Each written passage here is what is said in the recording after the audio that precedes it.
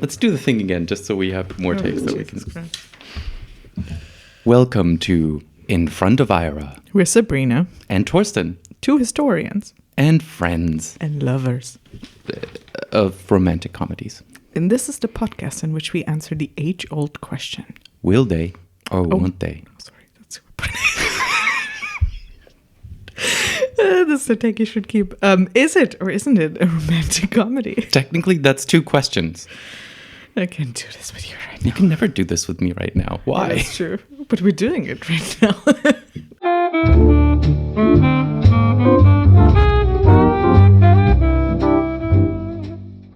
This is a philosophical issue. Yeah. All right. We are here to discuss the 2001? 2002.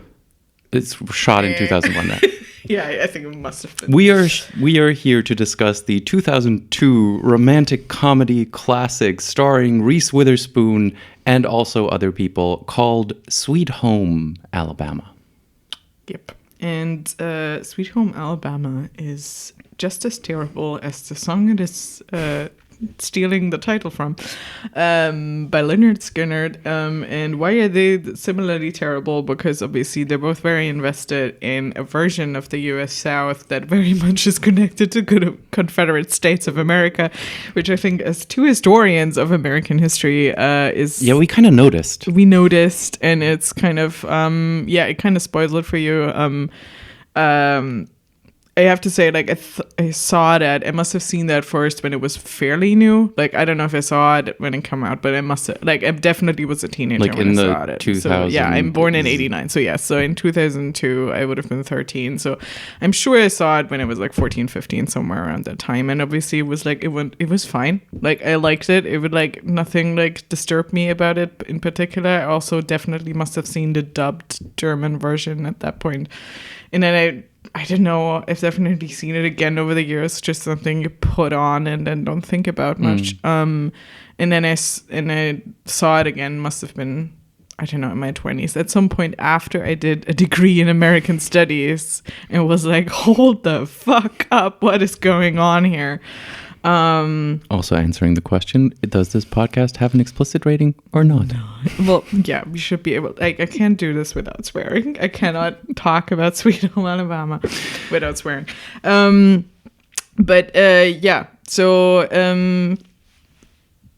Do you want to talk about, like, what the actual what is plot happening? Point is? Yeah. So Sweet Home Alabama starts, as all movies about the American South do, in New York. Yeah. So in New York we meet it's not Smooter. What is her name in Carmichael. Carmichael. That's also the thing. She takes on the name Carmichael, which I think is her childhood friend's name, because it's the fancy, like the more posh name, and because she wants to hide that she's not only from the South, but she's from a rural area of the South. Which, I mean, you can do something with this. Like, it's about class. It's about her going to New York and trying to make it as a fashion designer. So I don't have an issue with that. Like, so yeah, she's Melanie Carmichael. She's trying to be a fashion designer. When we meet her, it's obviously New York Fashion Week. And she's putting out, she seems to have a collection. There are models running around. So things are looking good for Melanie Carmichael, ? In New York City. You kind of get this classic early 2000s bustling New York City fashion world, kind of ugly Betty-ish scene, I guess. And her boyfriend, who is played by Patrick Dempsey in... Pre-Grey's Anatomy, Patrick Dempsey. Pre-Grey's Anatomy. I never saw Grey's Anatomy, so that doesn't mean anything to me, but apparently he wasn't well known before that. No, he was not. And I think that's also interesting because, as you can tell, if he's the boyfriend when the movie starts, he won't be the boyfriend when the movie ends. Like, everyone, like, that's just how it works, especially because he proposes to her within, I think, the first 10 to 15 minutes of the film by renting out Tiffany's. Mm-hmm. As you do. And yeah, as you do. And also interesting here because they must have filmed 2001 or early 2002. And actually, trivia about this is they were the first film allowed to shoot in New York City after 9/11. And yet, of course, New York. Of course, the film does not like mention 9/11. I mean, I don't fault it for that, but it's still an interesting moment to be in and like have that image of New York, and like it's just erased from public memory, which is the case with a lot of things that come out at that time.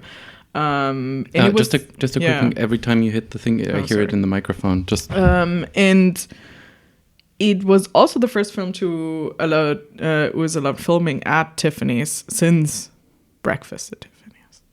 Okay, New York. I hope you know what you've done there. I hope it was worth it. So he proposes to her. She's not entirely sure. We don't quite know why she's not entirely sure. She said, like, do you really want to marry me, Patrick Dempsey, who looks like a cross between JFK and Emmanuel Macron in this? He looks like a Yankee, which they also point out, which is a whole thing to get into. And he proposes, but eventually she says yes.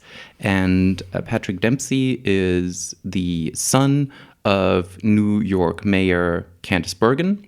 Obviously, that's her name.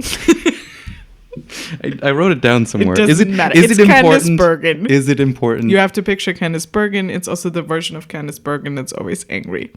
It's sort of mean. She's like basically 90s. She's Candice also Bergen. because this is happening at the same time, and I think that's also informed by it is Sex and the City, and Candice Bergen was on Sex and the City once as one of Carrie's editors with Vogue, and she was that character. Just now she happens to be a mayor. This is kind of like a pre Meryl Streep Fashion World movie kind of. Yeah, Devil Wears Prada is like what 2004 or something. Yeah. So yeah. And Candice Bergen was sort of the stand-in for a lot of those characters. Clearly Hillary Clinton. Like, that's the other thing. Like, Hillary Clinton at this point is already the senator from New York, and obviously people know Hillary Clinton. She's kind of dressed like Hillary. There's a whole like 1990s, early 2000s woman in power stereotype that she completely plays into here. Yeah. And I mean, obviously there is stuff to criticize about, you know, that kind of person, but it's also such an obvious contrast to everything that will happen once Melanie goes back to Alabama, and which was filmed in Georgia. But anyway, when she goes to the South and the whole, you know, they do play into the differences and the stereotypes. And I mean, it's a different type of fish out of water story in that sense, kind of reverse fish out of water. What is that? And I mean, you could do. Is that salamander into the water? What is that? What is that? Not that Voyager episode. What did I want to say? What is it called? Oh, Jesus Christ. The class-based rom-com, or like, there's a term that I'm blanking on. You're talking about comedy of manners? Or? Yeah, basically. I think it's the closest any American film would ever get to a comedy of manners is when they do North-South. Because, you know, they can't go do aristocracy. Like, it's not a thing. And it usually doesn't seem to be that the Southern people are the rich people in these. It's always the Northern people. Yeah, which is really funny because... well, plantation. And I mean, she does pretend to be a rich person from the South, which is also interesting. Like, there's layers here. Which is, like, funny. Like, why would you want to pretend to be from a plantation? But yeah. So she, I'm gonna look at the actual way that this happens. So Reese Witherspoon is whatever her actual name is, Smooter. Carmichael, is still married to her high school sweetheart back in Alabama, which we learn the very next scene when we see her driving down a tree-covered avenue. Is it tree-covered? No, it's tree-lined avenue in the American South. And she is approaching the house of her still husband, basically asking him to give her divorce, which we later learn was a thing that she'd been doing constantly, sending him divorce papers, and he never filled them out, never sent them back. And at this point, she really wants to get married and needs the divorce, but also nobody in New York knows that she's still married. So there's our plot point. Yeah. So obviously, like, her thing now is she needs to secure that divorce without her now fiance, finding out that she's still married. The problem just is his mother, being the mayor, is very invested. Like, she doesn't like the fact that he got engaged, and she's very invested in finding out, like, doing a background check on her soon-to-be daughter-in-law, because obviously any dirt will be dug up by like, whomever, when she's up for election and all of that. And she wants him, as we learn later in the movie, to become president of the United States. So this is basically very ambitious. And so she sends her assistant, sort of undercover as a journalist, down to Alabama to spy on her. Played by a pre-Big Bang Theory Kevin Sussman. Yeah. And I mean, there's a bunch of, like, that's the thing, like, the cast is actually very good. Like, there's just her new, her old husband is Josh Lucas, who hasn't been in that many things, but I mean, he's likable enough. There's a bunch of other, like, names we've already dropped. There's Melanie Linsky is in there as, like, her old, I think, school friend, like the kind of contrast, the person who didn't get out, who has like 3 kids. Yeah. And obviously she looks down on her first, but they sort of like agree on the thing of like, just because we have different lives, it doesn't mean mine is bad. Which, I mean, those are all like those are all good points to make. If they didn't need to like force the whole, actually the Confederacy wasn't that bad. Thing on us later in the film as well. So while she goes down, she obviously also has a strained relationship with her parents because she left her hometown and doesn't and seem that comes to talk up to them pretty much immediately. I think she's ashamed, obviously, of her background, and that's a thing. And she needs to learn not to be ashamed of her background. Right. So she goes and visits Josh Lucas, who she's still married to, at his home, which is next to a lake where he parks his plane because that's apparently what you do. And he refuses to give her a divorce, and they basically fight, and the sheriff comes in, and George Lucas wants her basically to leave the house, but since it's revealed that they're still married, the sheriff, who is also one of their classmates from high school, basically says like, well, she still owns half the house, you can't kick her out. So all of this is just a domestic dispute, and I'm out of here. And then Josh Lucas says, oh, remember who drove your, was it mother's tractor into the pond? Something very like rural like that. And there's an outstanding warrant from what must be 15 years back now. And so she's hauled to jail and gets her one phone call and calls her parents, who are in that very small town, who she did not tell that she was coming into town. So interesting. Yeah, and that she's gonna get married and all of that stuff. And so obviously that kicks off the narrative. She also goes down to the bar the same night where her actual mother-in-law works, and we get a sense of the town. And there's this very like uncomfortable scene where she gets way too drunk in the bar, and she's very rude to her childhood friend, Melanie Linsky, and then also Ethan Embry, who's another of her childhood friends, who's gay, and he's obviously closeted because he lives in small town Alabama, but she thinks it's a great idea while drunk to basically out him to everyone. And I mean, this is sort of downplayed later, and like she apologizes for it because everybody apparently in the small town is very cool with him being gay because he's still good old Bobby Ray, and I have a feeling this would not happen. And I mean, films are allowed to like be a bit fairy tale about this, but it's still a very interesting dick move from like the leading lady, essentially. And it's especially interesting because the screenplay was written by an out gay man, very clearly. And admittedly, he also did what the Mormon movie kind of basically about that's his the thing. life. We should talk about this because neither the director nor the screenwriter of this film are like super well known.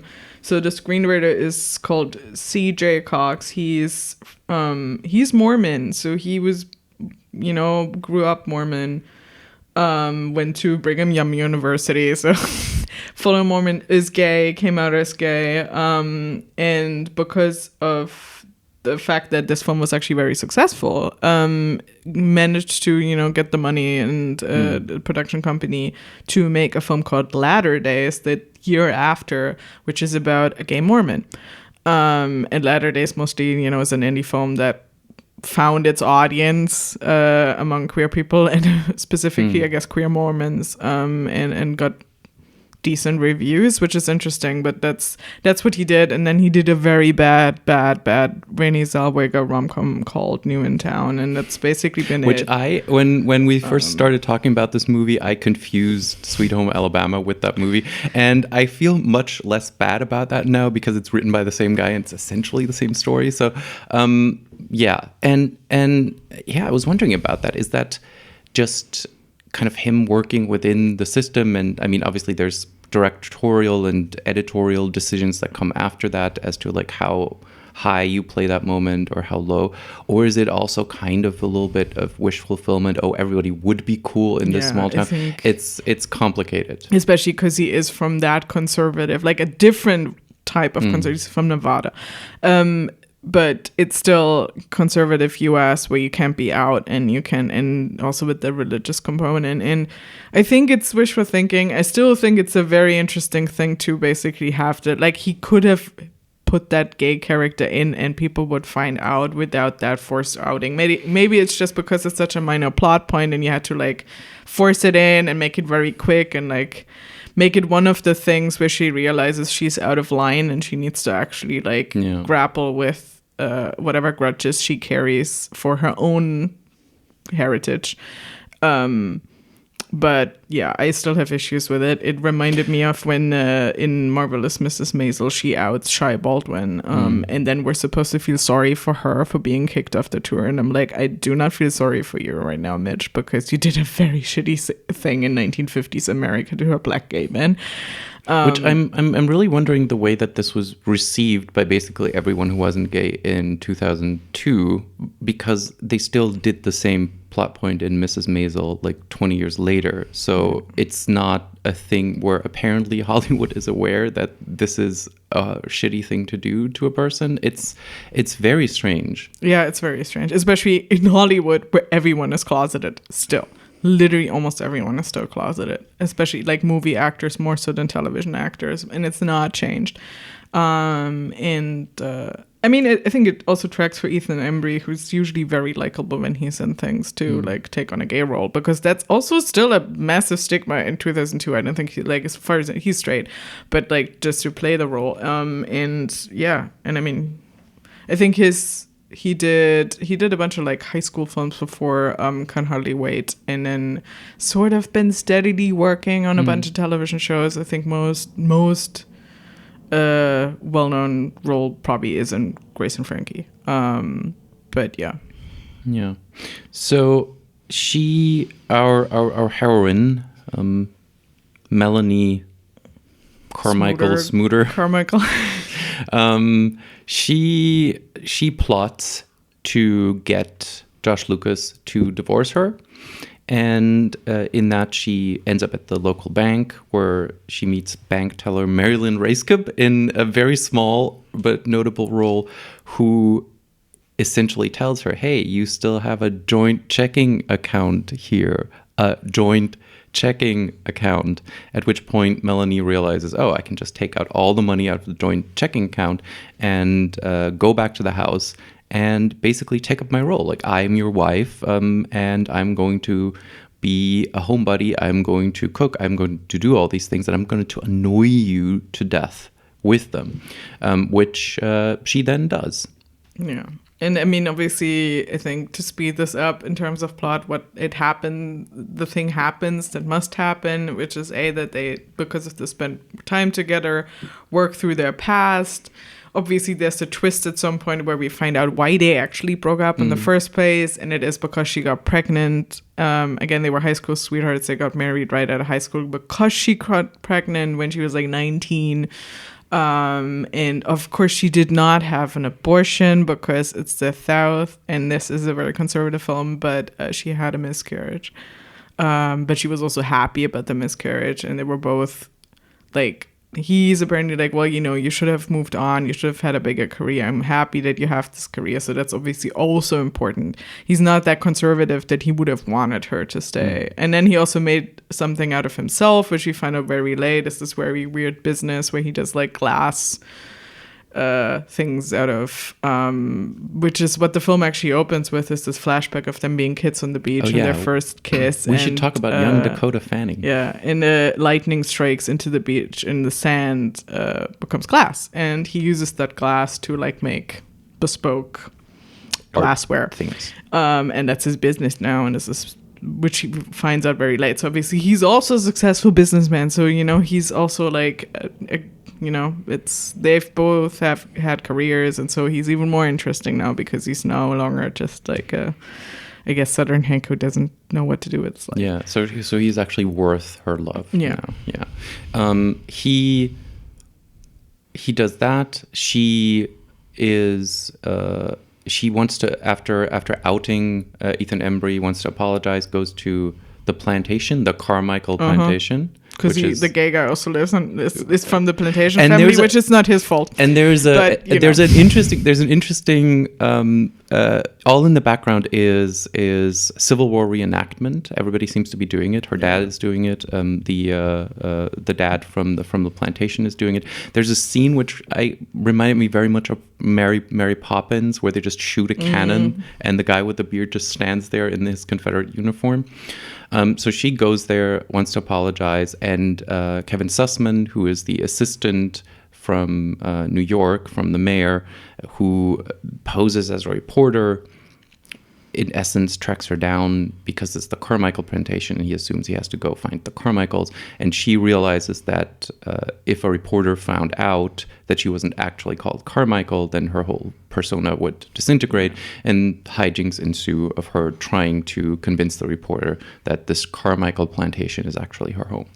Yeah. And I mean, that's also one of the, like, I mean, I think that the script hits sort of so many of the tropes you kind of want to be in there, and I think that's partially like, and I mean the whole plot could be a Hallmark film as well. It's the cliche, you go back to your small town and actually connect back with your high school sweetheart or someone who owns a Christmas tree farm or whatever, and you know, that's better than the life in the big city, and that's obviously where the film ends up. And it hits all these moments of like, oh, comedy of errors, like, oh, you have to pretend I'm someone else, obviously the whole ruse will fall apart, and then they also go to the like high stakes finale where she finally does get married. It all goes very quickly, like he because she sort of makes up with her parents as well, like they now will get married down in Alabama rather than the plaza in New York. We need to insert that Patrick Dempsey also basically makes it to Alabama. First thinks she's a Carmichael, then Josh Lucas finds him there and delivers him to her, who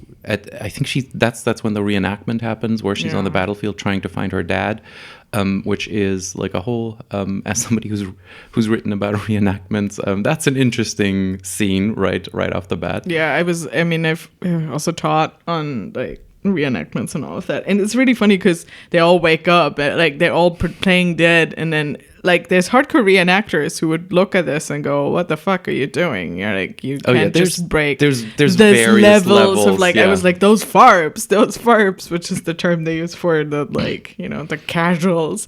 But it's yeah. I mean, I think actually there's humor in there, but there's also, I mean, it's still a very problematic thing to do, and I mean, I think that it's in there because it's local color, and it's like, you know, and. What I noticed, though, was the South lost, because that was an interesting take, because her dad, her mother later says, oh, he was kind of resplendent in defeat. Like they picked a battle where the South lost, which I'm not entirely sure if there was a lot of thought put into that in terms of we can only do the reenactment if the bad guys lose. I honestly don't know. Yeah. And I mean, the South does not think of itself as the bad guys, which is the whole thing. So I think there's super muddled politics. And obviously the most glaring issue with all of that is that we go to Alabama and there's not a black person in sight anywhere the whole time. There's like one at the post office, and then there's one person at the plantation. I mean, there's layers. Obviously, there's layers of systemic racism. They're not in the South. Everyone is fine. It's like, oh, this is a plantation. Nobody talks about slavery, but it's just, oh, the nice plantation home. They do a Confederate reenactment. Nobody obviously talks about the issues with that. Nobody ever does. and her like even wanting to pretend to be from a rich family in the South that owns a plantation without reflecting on that. But then in New York, one of her apparently best friends we see in 2 scenes is her assistant, who's a black gay man. At least it's implied that he's gay from mannerisms and whatever in his fashion industry. Because he wears the Doctor Who scarf. Which obviously also supposed to make her more liberal and like likable and whatever, I guess. But it's just so, it doesn't engage with any of this. And obviously, why would a rom-com? But it's also just one of those texts that just normalizes all of this to, an uncomfortable degree if you have any idea about what's going on. I think this is where we kind of find our center in terms of the times and in which this rom-com was produced and what was politically very much in vogue was this kind of like post-racial moment idea of like, oh yeah, we don't have to talk about all that anymore, which you can then see kind of a culmination with the Obama election, and there's but a lot of liberals notably this is still ways off from the Obama election. This is also notably right after 9/11.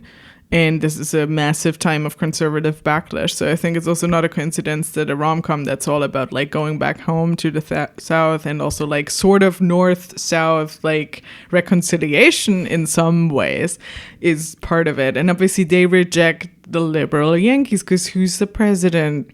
George W. Bush. And like we're going through this moment of like, American values. And in this case, it's Southern values and it's military and it's, Yeah, it feels like a little bit like after the end of Reconstruction politics. Yeah. And that's where we were. And I mean, it's sort of overlapping, but they're filming this as all of this is still very much just unfolding, but we know how quick that went. Like 5 minutes after 9/11, everyone was rallying to march into Afghanistan. Everyone was like, USA, USA. And I do think that like contributes to the success of the film because like it got very, very like mixed reviews, like 58% on Rotten Tomatoes, something sort of like in the middle of the road. Which, to be fair, is almost every rom-com. Yeah. But something I wouldn't Harry Met Sally is better than that.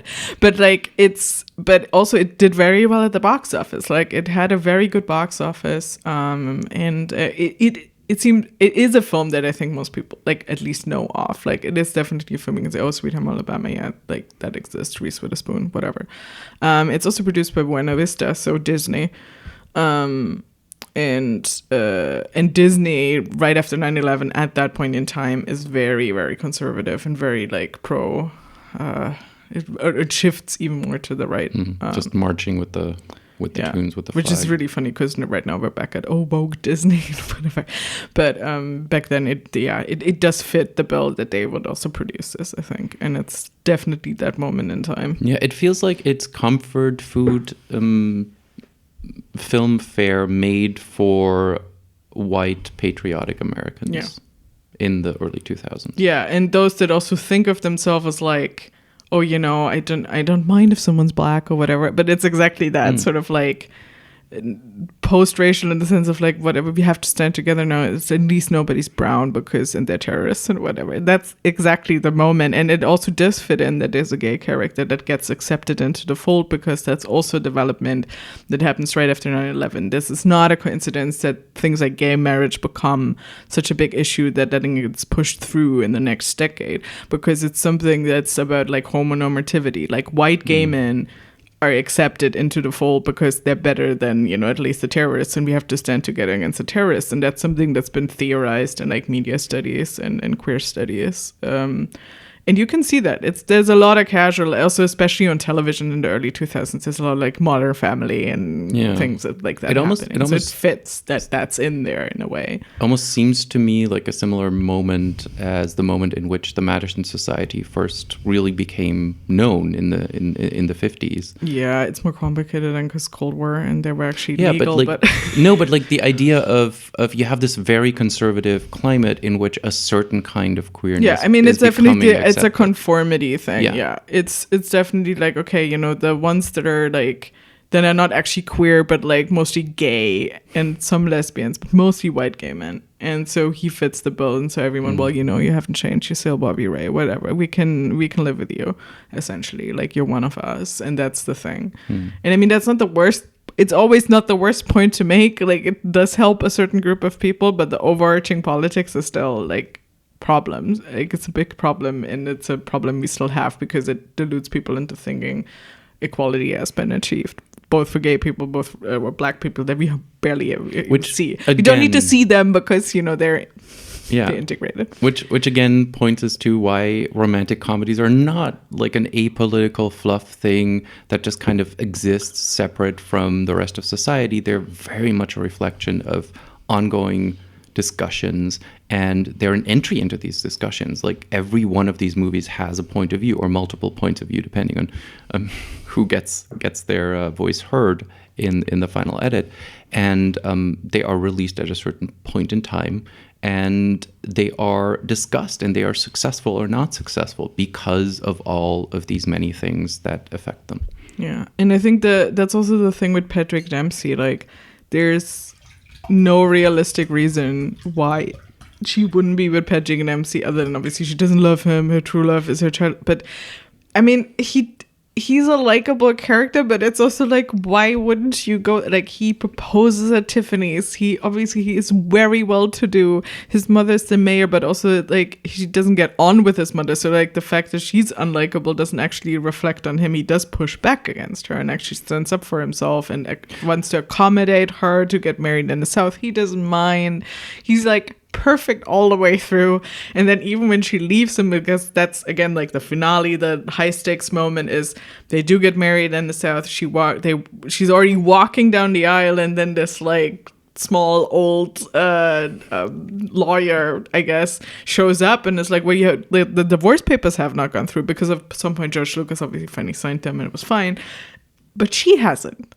And that's the moment where she's like, oh, well, you know, actually, I can't marry you. I think I still want to be with him. Like, I did this, like, subconsciously. So she doesn't sign the divorce papers, even though somebody out of the whole wedding party finally produces a pen, and she can't go through with it. And the fact that he's okay with it makes him incredibly likable. His mother doesn't like that. But also, it makes you go, like, this is a good guy. Maybe you could have just figured out whatever the hell you were trying to figure out with Josh Lucas down here and gone back to New York, because I don't actually also know what her future life is, because he also at some point it was going to move away. Are they both now going to stay in this town, which they both actually managed to move out of? I don't know what's going to happen here. Yeah, we don't know. I think there's a possibility for him to make money in a place like New York doing his bespoke glassware things, but that's also not the thing we see happening. If she wants to be a fashion designer, I don't think she can do it in small town Alabama, which was the whole point.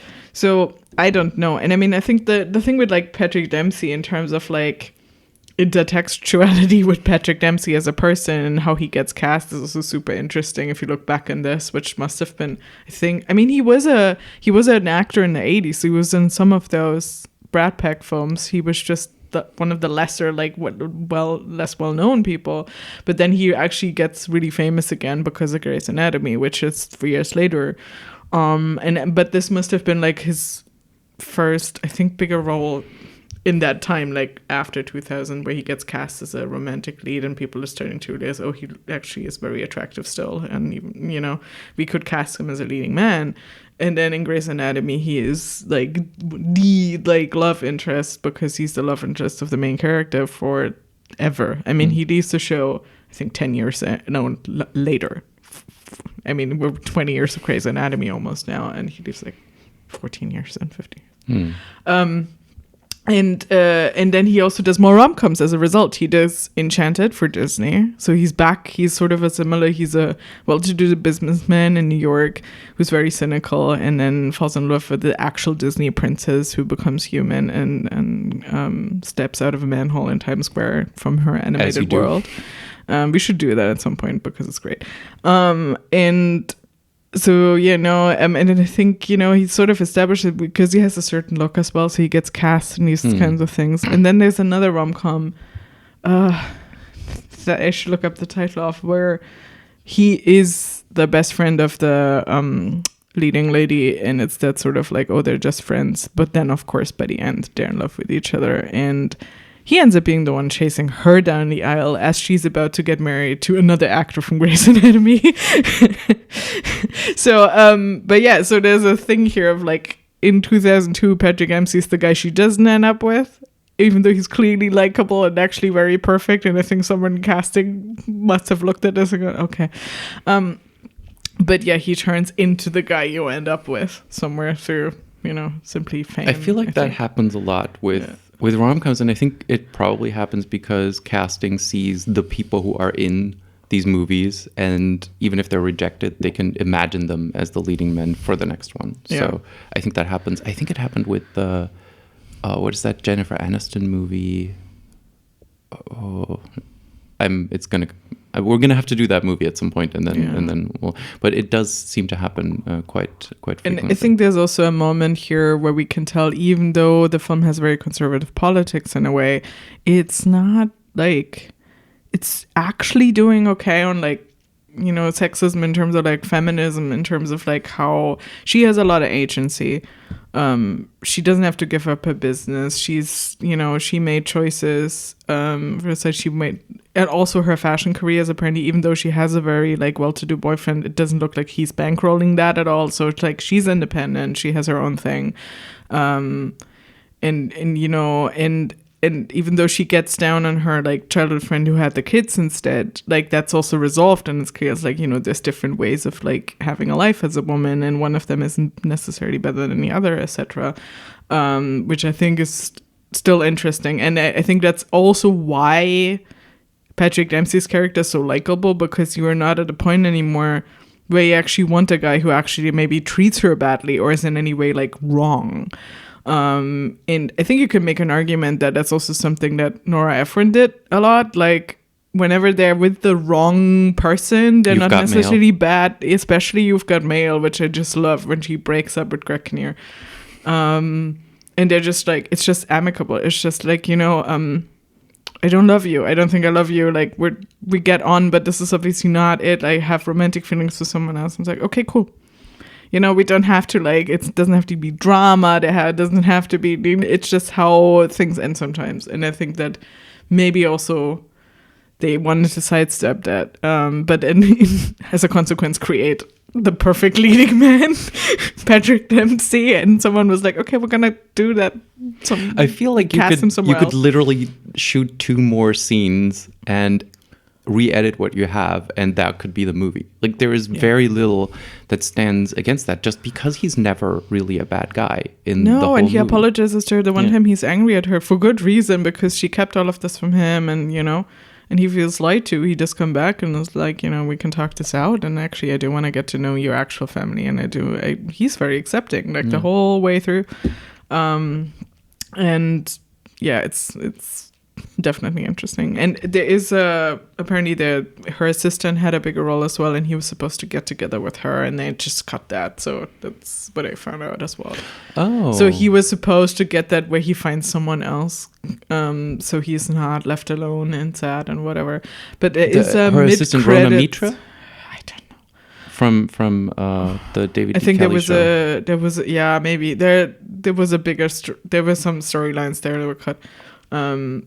And I think that apparently there's a mid-credit scene that we really didn't pay that much attention to, where we at least see he's engaged to someone else, but that's like a blink and you miss it thing. So I think they wanted to give him something. They wanted to, yeah.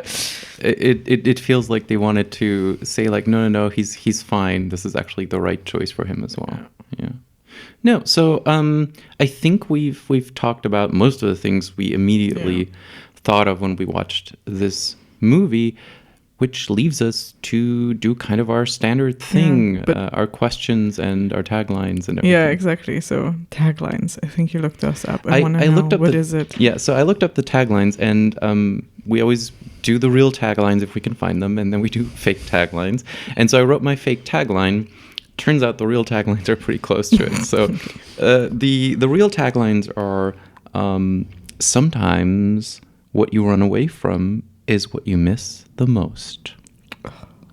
Another one is sometimes what you're looking for is right where you left it, which I feel like they could have just decided on one of them. Yeah. My favorite one, though, is what makes this a perfect movie for, well, Meg Ryan Fall. It's called just Fall ...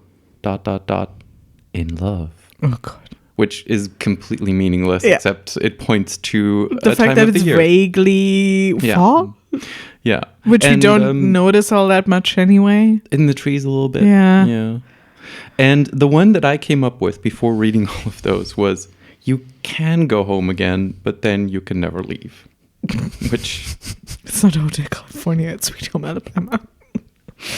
Wrong. Yeah, I think my 1970s fake band. tagline is she should have stayed with Patrick Dempsey.